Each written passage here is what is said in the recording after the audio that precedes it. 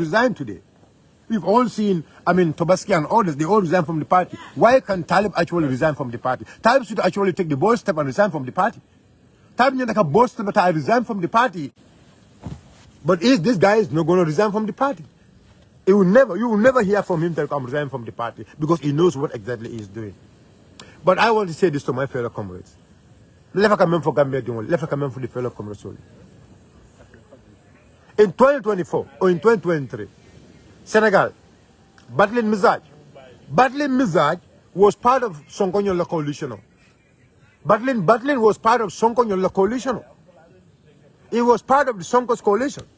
They went on all the election cycle. They went on the parliamentary. They went together on the parliamentary. They went together on the local government, the mayors, the councillors. They went together on all these things. But actually, what happened later when Kabring ila movement onying, when ila movement onying at the end of it, your election will be win.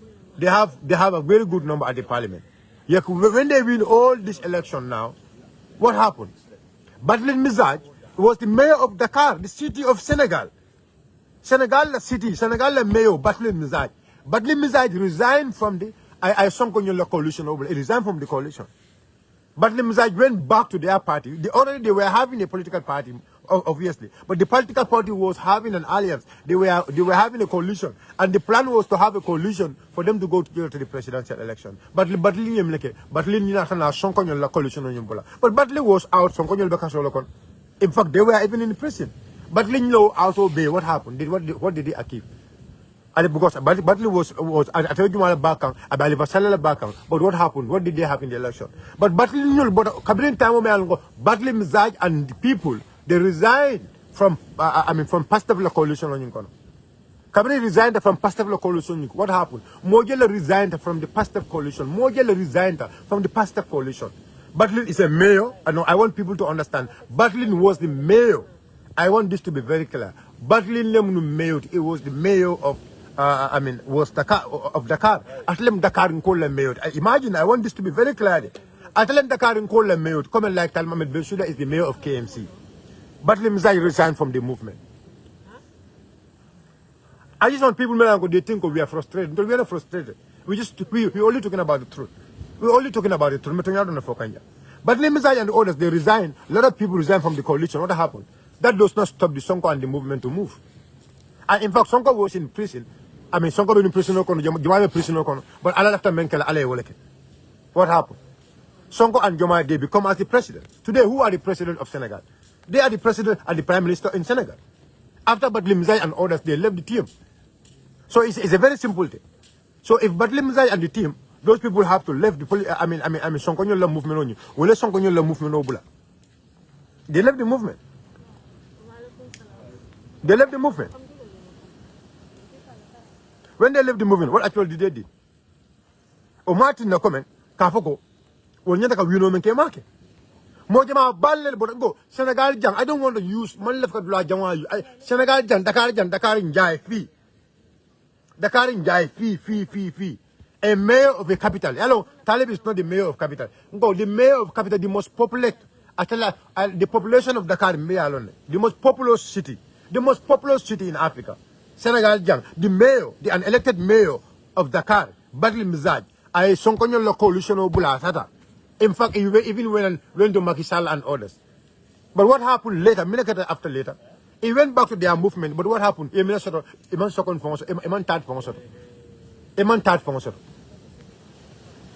So this is the actual point here. Al-Kana, Lieutenant Al-Sabari, Fonninkol Al-Sabari, Fonninkol Al-Si Al-Bedamento, Fonninkol Al-Jiberoke, Fonninkol Al-Ilamoy, Fonninkol Al-Bula Monoma. Al-Bula Monoma, Meya Lonka Bankosoto at heart. Don't follow people, Melanco, they didn't have the country at heart. All what they are interested at is just because they want to be president. Talib Lab system is all about presidency. To scam us, take our money. That's all what they want. Yes. We will bring you more episodes. Yeah. Ahmad Bayavos. We will bring you a lot of episodes. Yes, Ahmad. Yes. Okay, Abinadi. Yeah, Mantare Morgan, Asa Motonga fonko ke. Hello, Kamuela. Thank you. That's good. Ibe dia mo memfo kanja ito nyalam. Talbe anyanta honest lale aning Gambia nole. I bo UDP. You cannot be in UDP to form your own movement. So anyanta resign lale first ukola inala movement okay. Bari nga understand na abe game sifa mempleka alafta le UDP ya bay so that alsafo ko asafo no mole ko ntama UDP jamfa UDP le mbay party okon. Alkana bay. Alabula I resign afan Alkana bay because abe he is trying to play game. So sai mol jama bije in politics, this is the tactic they use. If Galafika honest mole kana resign bari, they will be in the party to undermine the party's principle. Puru alsi by no nyame ya fuko ha ntama resign ma UDP jamfa o many movement card jamfa itelle mbay party oningon. Alkana so wala. Abe game play kan altifuna al the same gameplay al na continue. But mol melialon ko mantara UDP we will force him to resign mbafulaile komi amantara honestly and you more dishonestly people sifal mote banko dila ñu mo sifal la you know because inyanta honestly la pour molier trust pour ka banko dila you know so well hypocrite game you know huh? No. This is the point. I mean, imagine Mome Alonko among party all follow is not being honest to the citizens. So there are citizens so nyantaka kela bango diwa. Somebody who is not trying to be honest to the citizens. You want us to give you our country. You are not being honest to citizens, and you want citizens to give you their country. Yeah, sorry, sorry, I'll hear you. I'm mute because I'm not bit cold. I'm not close to nobody. So, what be there? Talbe is not honest. Talbe should not be trusted. Kabirin TRRC fang, wala kita, you know. So TRRC, moi TRRC, komiso. Anata jele I call be dila hanala ala dokula ye mel be ke anyanta responsibility mem betala. Amanso no responsibility tala. The same thing na fila be wala keka. Yellow, you went to the commission. The same thing for na be wala keka.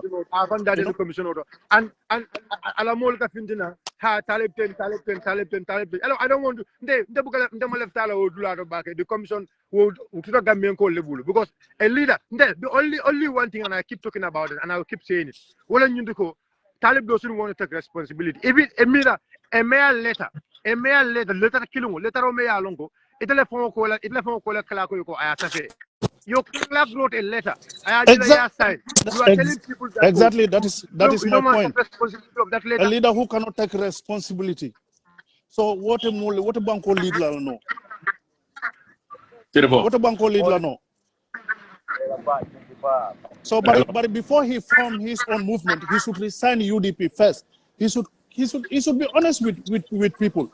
And I have okay, you know, I have resigned from UDP. Then form your own movement. He has right to form his own political party or whatsoever. But just be honest with people. You know, you cannot be in UDP forming your own movement. You know, to undermine the principle of UDP. You know, so you playing games so that they can dismiss you from the party. You know, I did not betray the UDP or I did not move. They dismissed me or they fired me from their party. And this is dishonesty. So before we trust you, take responsibility. You know? So about game only play Alkana accept. Don't accept. Alkana dismiss. Alabulaje, Alaf Molia force, I resign, never resign, you know. But Alkana bite. Sirbo. Bayo songo. Yembe mo kan. Ibenyadi. I'm okay. Mbela moy kan nem fanal la taka contribute this man mimbe diamu kanteng nga alla moyle he is very smart anu aka mimfo wolem talibe tactics le play kan bon dela advice o be chala minti sirfo bayo sonko pour ite fango ani UDP member solo ani momo ya lonko ibe diamu kan social media politiko le sita anum politiko amanke ko social media diamo da malam social media kumma ya ta jele nyimmolu ibe pati konole andi ibe dun kam pati le kono akamtal ko nin sillobe nyo fe kono yesillolo na sirfo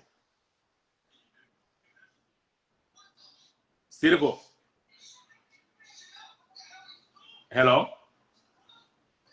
no mbemol kane ngo fo yesillolo ne ban sillo nyamole bije mi yalon ko nadun tan nyokono aka nyoti nyabaake sillo sillo yes on nyil kamunta ko yewo action ti falata so ntanga mirante be advice o min fola UDP members ol be la momo be social media sako altel min be Gambia now is the time aliyeji filo kono amanjari moye kuma fo yede nyamin ibe la card play kan altel fana yede wo nyama e ka understand ne momo yela card play e ka dun suwol min kono imansiya molti nyil ku fulale be bulu mi ya lon ko ku saba fon folo ibe mirale ibe la patilo ndi la nyami fulan jawo ibe mirala e ka understand ibe mol soto la nyami saban jawo ibe mirala ibe win na nyaadi so UDP ku kilin damale be wol bulu wolbe waw patibe lorin na already wolbe mira kan nan telbe win na no nyaadi e ka understand so ntenga mira ko UDP ye only one option anin nyatul ak killing damale soto wolem ke nyatiling sitting government la e ka understand anin Gambiano so ntenga mira ko nyimmolu million ko because of iman reason for bimbe atodum for just one fenko council on lamoy kan Ibrahima Jara wala fenko I mean for reason to ko wala ya bondi UDP wanted reason ti e ka understand iman reason soto reason min be bulu wala ko ilaftaka talib le fangla na fulo tinya e ka understand ne ka domoro ke talib no kan so talib fanam be wala fanan calculate kam wala atina altel min fanan ka diamu talib la kola nyanta kan hakilo tulo domandi because of talib amambo patito follow e ka understand ala molle be jemo play kan talib be wala jube kan fala molle be succeed la fata succeed la talib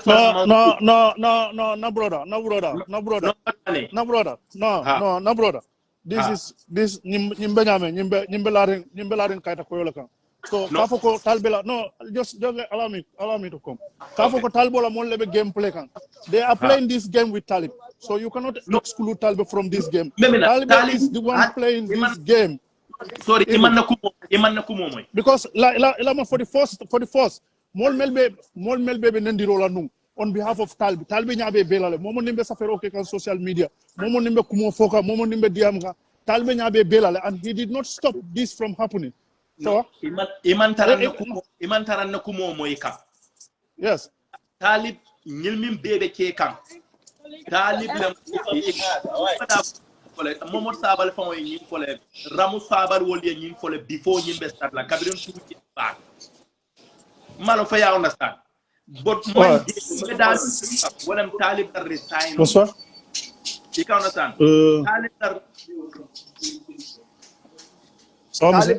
talib resign from UDP mbe jele fo kan ko se ibe dami fo ka wala UDP ya bay nka wala fo yon ko ni ya ke talib resign you can understand talib malong habe succeed ala part of the so mo kisepla so atefanan wala tinna aya singolo dinka pula kono ikaw na sana ama singolo dula kili adun yaji comme ay UDP jamfa nyami talib aman tambi fanan nyimmol fanan ase jamfano wo nyam so wala ya tinna because of nin talib teta ajube mil bota NPP wol kabri ifuntita yela my make le ko ikaw na ber resign na bitam faction party lola but talib because of abe lafiring abe lafiring palasol wada kabrim mota balning isa fal ya nyosa ka foko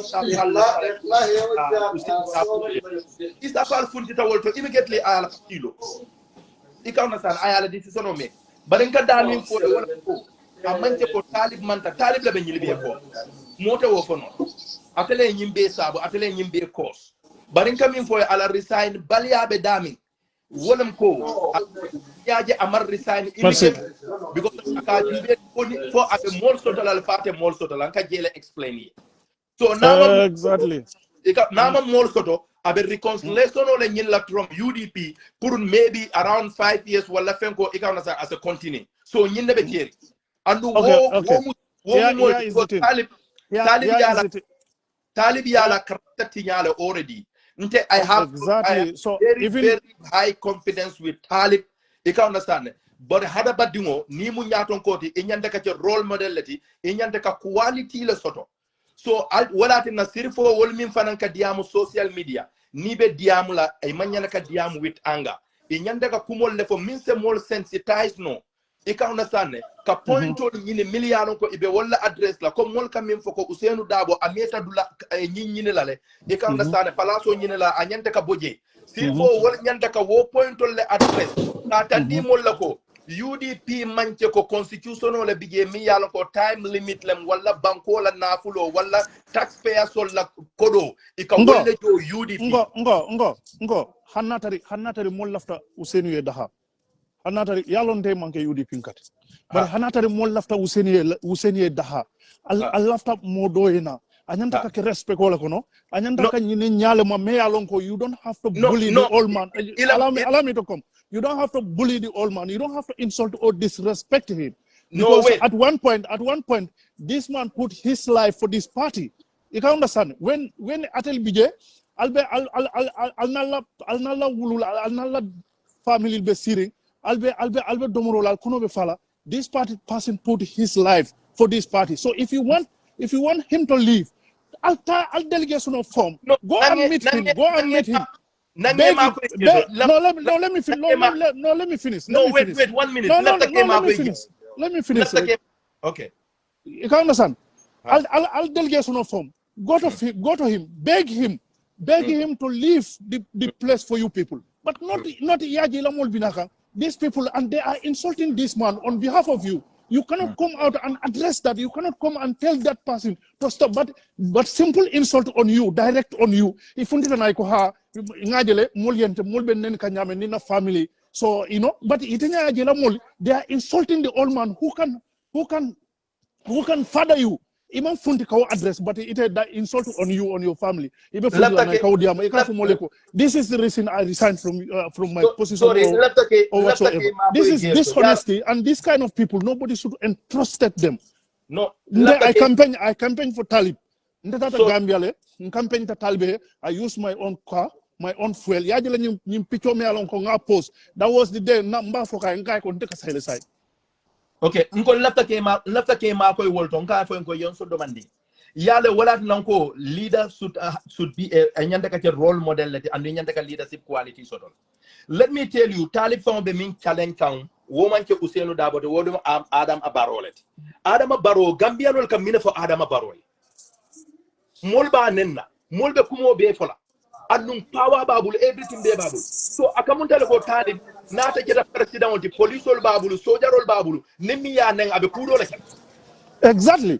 So number 1 amal leadership quality tandi won. Number 2 comme c'est ikadami foko Ousainou Darboe nyanta ke fanyole. So this point ntel lafta kana wolto sirfo bayo sonko won nyanta ka mol sensitize minna Ousainou wol Gambia political party la constitutional jumbe APRC ni mu secretary general ti party leader ti itele ka flag bearer oda party be wala nyam.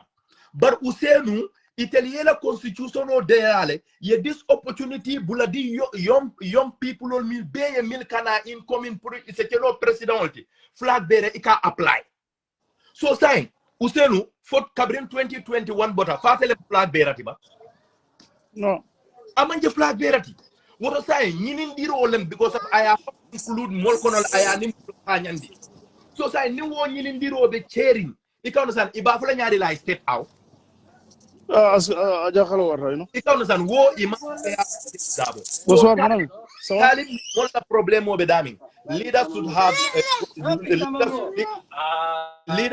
a role and role model niye minfo because of hani tara alquran ko non tel ko mum muslim latin believe ala ko wa taquluna ma la taf'aluna qabra maqtan 'inda Allah an taquluna ma la taf'alun.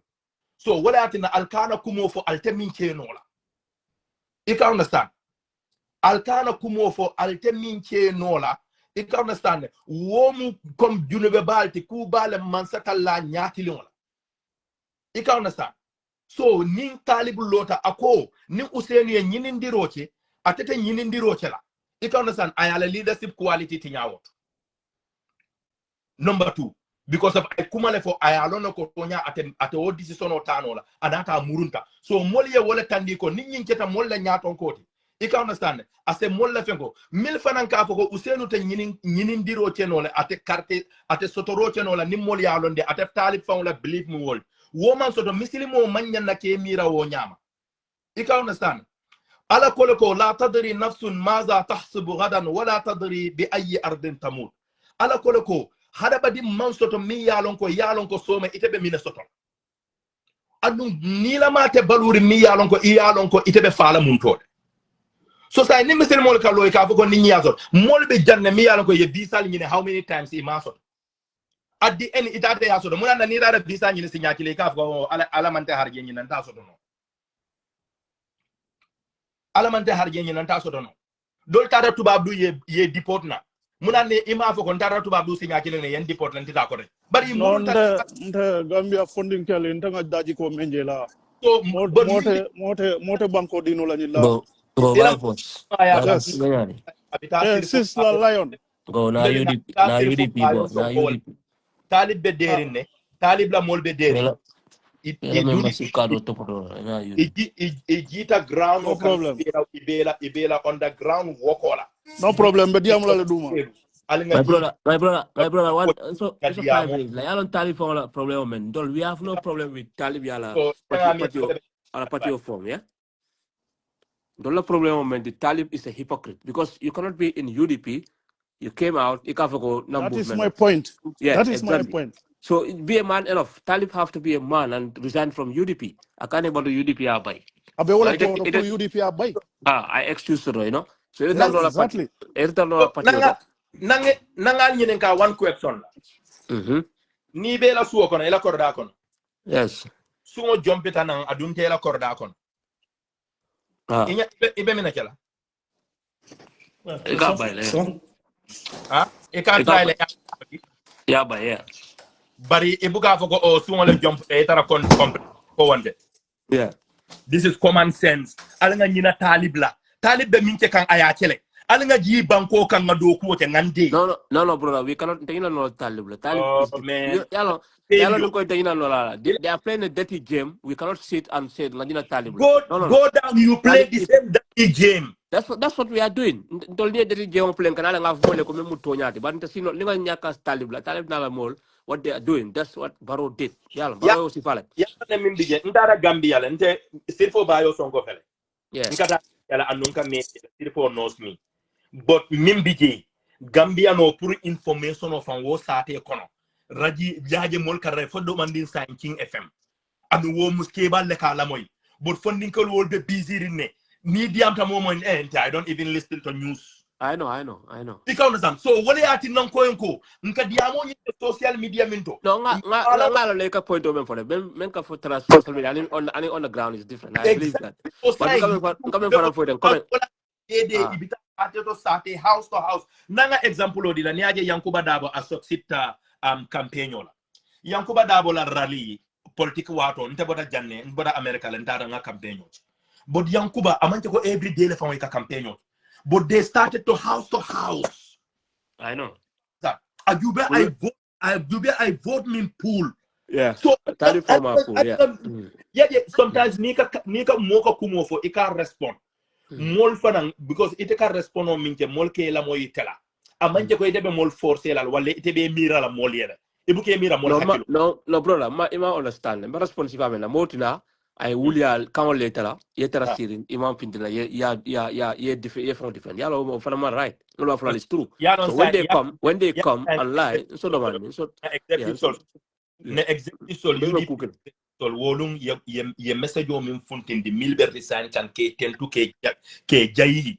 That's the best solution. Yeah, that's but the best one wala be damage ka. UDP is always it will think no so nlafta aliye wala ke ni tali dimba fayna nga jisuma fay ni la dimba fa be wala ke ka wala na ni kumo fe man soto nga fidina nga fe mo le ko bembe kere ngene it's good like that also, no, but because ni na because Talib is very dangerous snitch, you know. Talib lem problem with sign thing UDP kono and before. Talib e bitre ni jamfa city journal according to Chewal bajamba nyol diam dale oriol bondi. Talib ya start like a lawyer double metal bondala officer kono ke fai long time ago since 2017. So e bitre bara start nyaman Talib ya start wala nyama. So ala UDP demale Talib tough come barof tough in the right time mena. Talib faran tough in the wala because election man sifolo, so we still got time to put our house in order. Yeah, no, so alan fa UDP yaro alan fa UDP ka imono so do bajel bar Talib la nyim funtita junal because exactly, yeah, sabal nyim fo junal more sabal na la sister, yeah, exactly, yeah, yeah, that's true. Sabal funtita ya fo we have emotion, we don't listen, yeah, so exactly. now lawo emotional because of ala kila wala fo ako ni be fen kanula isa kanu ay kanyang ni be fen fanan konna bro UDP fan la party fan they have to learn lesson, you know, one thing because UDP dal tangina moko bonam from nowhere yana ya sikanan siloka ya ku ya ka fende ay meltra party fan kon ma fa ko yenta ka dugo di meltra party kon but mo bonam from nowhere ya mo fo ma lam party kon yana rek palace badiala na bita party jamfani palace nyeta yenta ka lesson lan, and this not first time, this not second time, this not third, and this not going to be the last time. Yenyen kumo min foten. Yeah. Falan sonko wolumba la moy kan ay message di ka atele tata Talib bama aya. Yalo wala nan ko diamo is very important. Ako atele tata woya atele ko idimo parendi bar comme ça Talib ye minke a womancha atela natoti kabran aya for rek nko yara fam fala wolle tinyaroji. Yalo kumo ka moy la buka do. I know, yeah. Mol be pati kono anu alla pati mol ka saferol ke mol yele do ko te momo la tay saferol ke fam you should not turn anybody pour ay saferol. Yeah. Wala nyande yalla ñu problem fam be start Ibrahima Diba is part of this problem. Wala na Ibrahima Diba nyanta ka forota findina pati apologize ay mol da handi ka tuñu audio bon la Talib Kampal kana Ibrahima Diba is part of the people mene Talib ko la ko Talib ko dabo ko ngi paren dabo man fen kalam do ja man fem loji Ibrahima Diba is as the one at legend problem be create. Okay, so Ibrahima Diba ko atema wofo fole Ibrahima Diba fole aba fole ko ma fo but Ibrahima Diba problem be le sita ako atena ideology mu mintala idea mu minti I was support and which is okay but at level for santo ko yende fonje 2021 kabring election obanda I'm 100% of Talib fans ngo ndafa ikan dai fonje I support Talib I respect Talib step minta wala dir tepti anu mo ila fitala nyawonya nabe kuja wono kan ite inyanta ka bo ano kan exactly wala ntol bien simo bon la kono nde wala nte fanga simo bon la because nte afele nu nte la Facebook nga sofel nu long time ago ngo nin dawo man ta lola Talib is but bi ngaje this ila yin grupo ngaje ko nyil ina ta mission la pour que patio te nga simo bon di simo kon anu te awu never join any movement Usenu Dabo je Talib Usenu Dabo setup le ama mutano Talib ya saferoche executive le ko abe lola munatin na jening abe saferoche la amanta Usenu Dabo ya nae kacha yala nyande ka wala jena abe saferoche ay tayana bar ay saferoche already ay Usenu Dabo setup atata Usenu ya ka fayan ko lafta ka lolen temu winin candidate according to him Usenu kayem te fanan bela firin na kalo ikawna sa wor akayen ko ni be lolante anu Talib ya wo moy junal pa modu ya kolle cer fatu wol ya kolle I Africa wol I interview also anywhere so why be Usenu Fosa kabri safero ci already inyante kata ni be withdraw in ceda yeta executive solia ya safero ci dami ya withdraw je you don't even because of imu candidate do nyami Usenu candidate do nyam so what ila kata Usenu ya ka Usenu put in funny situation ika understand ka tandi fo ba flyer go hambe will draw la yellow ika understand amra mo do la join tane fo bambalamba bamama ali ika understand so but Usenu Dabo nyinke ba ala ya de ma hakilo la bakele ika understand andala diamo buka sia because am kama UDP ko ka Usenu nyanda ka fundla ka diam leader buka diamo leader ke dele final decision no ika wala make that's the leadership quality all this problem brother nim problem be Talib answer for nyanda ka Yankuba nyanda ka aya marwola. Bama be live le so bama fana so idea no bama mas. Yeah. Okay. Yo ngal konton. Okay ba nimba. United Democratic Party. Alhamdulillah nyimbe mo kairol di bayring Gambia be sontala ko UDP le ka kendo wulu. E ko kurung fana UDP le ka wulu. Oto UDP mo moda kende balati.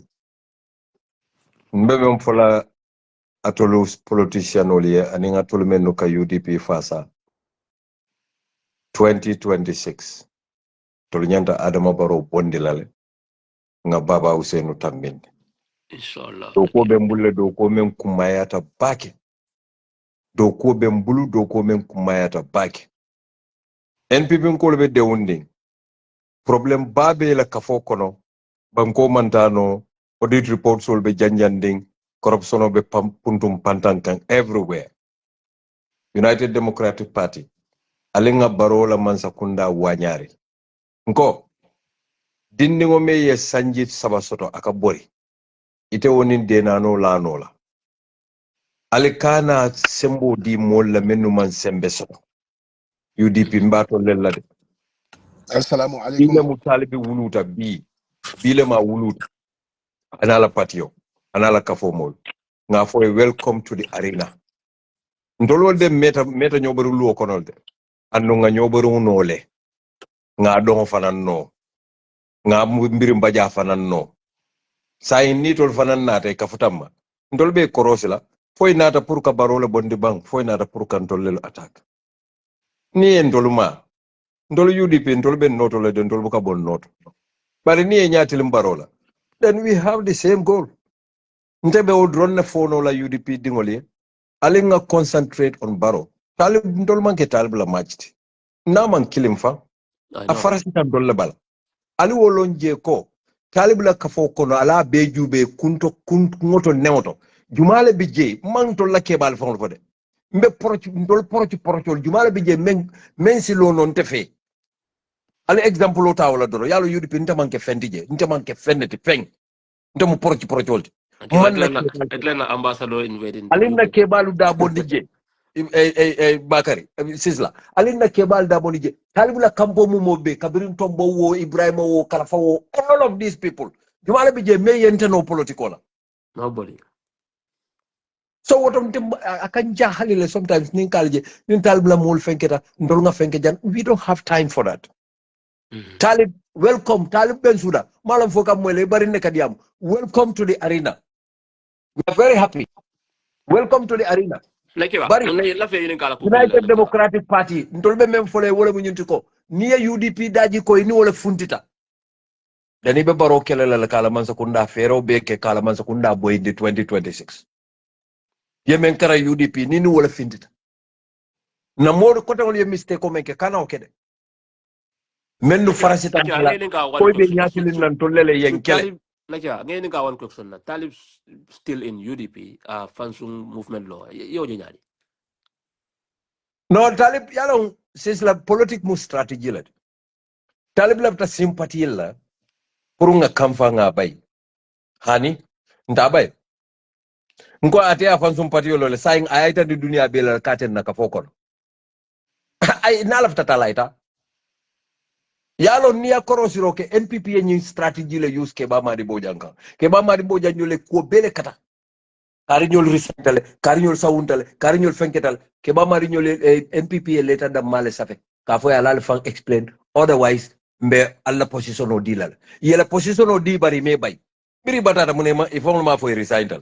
We are going to wait for Talib to resign from the UDP but hanimo kilenta bay ndolle nga politiko noati hani mo kilenta bayla ko amantara je yala fonga fam fundindile aman jarantol nga official birala party organize announce publicly afundira newspaper to. That means he is out because party the tarnola party kono technically apota UDP le so saying nga Talib jube bang fo anika be aba fo nola mole nembe UDP le katum ma resign ata fo nola Gambia nol manke do voti Sisla ntolo ka jutu menu la yin Sénégal men be bolon kono ibe bindo la kunkoto wolle politiko non tolti ntolo men be social media I know so wol mu keba hakil malelti mome ya lon ko yalo nata ta kaka sara wolle la ka fo nata le mfana be fenkele ba fala bari ndol ma moy ko bota UDP ko bota tay bo UDP ko afuna na badi bla anin kenyol da abanta be budala ndol jara baro kunda fanane na budala ke balbe on wolle nde karande politiko la so mo man ke kampa ku di nyim fo nyanta ndol se wolal because na tarta je sulu saji male be tarla je talib na la agenda lam ala agenda is either ngake president o abetinya or nobody, yeah. Ndengaje wole nyama because obviously ila kafunyo mame na be diamo like kuma kon for they are very very important. Ning atara talib UDP men be kai with everything ngamo ila intend to back and I appreciate that because wole mo hadamadi yat ko I feel offense to abe soto through UDP le but na atara misal fe ko be wole nyama talib nyanta munekela wole mo nyinte ko nit ñi ne mala intentionality ka bring and wole mala intentionality because talib ning karafa aning Ibrahima aning Lopi itolle mu UDP la campaign manager ti aning organizing national organizing group talibele mu national organizing ti Ibrahima mala deputy karfale mu campaign manager ti Lopi mala deputy ando nyin nano be talib kample what they did was ikata campaign la instead ye UDP la agenda waf ke fon la agenda waf it backfired ntol nyanta ala tentulale ni wonde masibo le bentol domola because ning atara wo mol men be talib muta fati gambia kuna kauna be sate jeli buka continue fang nol be ko ntolo kango yendal ko ntol ko be talib no we would have been dead but ala man song because ning kafolo to alfatiola alfalle ning kafolo my point this is my point bamba this is my point tranquility wa alfalu dolbe NCP dolbe GPP dolbe PPP ikanyo kajafi ikakuma jawol fo nyoye otume fondinke malu biri ke bayata nata ya jube kuma ko nin kombe fantula nyin sojarol bulu ibenna sama be kasarala iben dingul be kasarala gambia dingul membe sene ka tambira bulo nin singola ke bali nya katarala musol be soko ne kenyol bu ke futuno ikuma ko alinga na difference of put aside let's form a political party. That is how UDP was born. Ndefabe PPP la alaji ngan sundi nyolbe NCP. Bari ye bulo du nyobu le keta terdi. Ida maluka nyoka jafi fam. Ida maluka nyoka jafi. Waduma nimba Asan Musa Kamara nyol nata miti wala jar barokunda. Ida maluka mfaba jole bari PPP ali menke na hani kabi mai yam falma. Ika jele ntol dindi malbe no mo time. So nyim party o mallo bila momo kasino ika mire fandi ko you would even ibe UDP ngoroti na ke barama mo fofang because ita onola but ka fo ke ibe ngoroti na le balo e dembiri you are just a joke, you are a complete joke. Alaji Usenu fonga ya fole ali alon albuka Alaji Usenu lamoy atol menu fongol beka diam social media albuka nyin keba lamoy ako fate mo sifale to ba membe Alaji ngan sundin keta nyol bitrela ando ya lon ne ko wolte kala kebati men be Usenu nyako no jubela ka nyako no jube ka ala sama to ko new never wol kebal tambita wol wol man tara place nyini ka UDP anum bibi ni wol ka ay finga ka finne ni ka ay koyle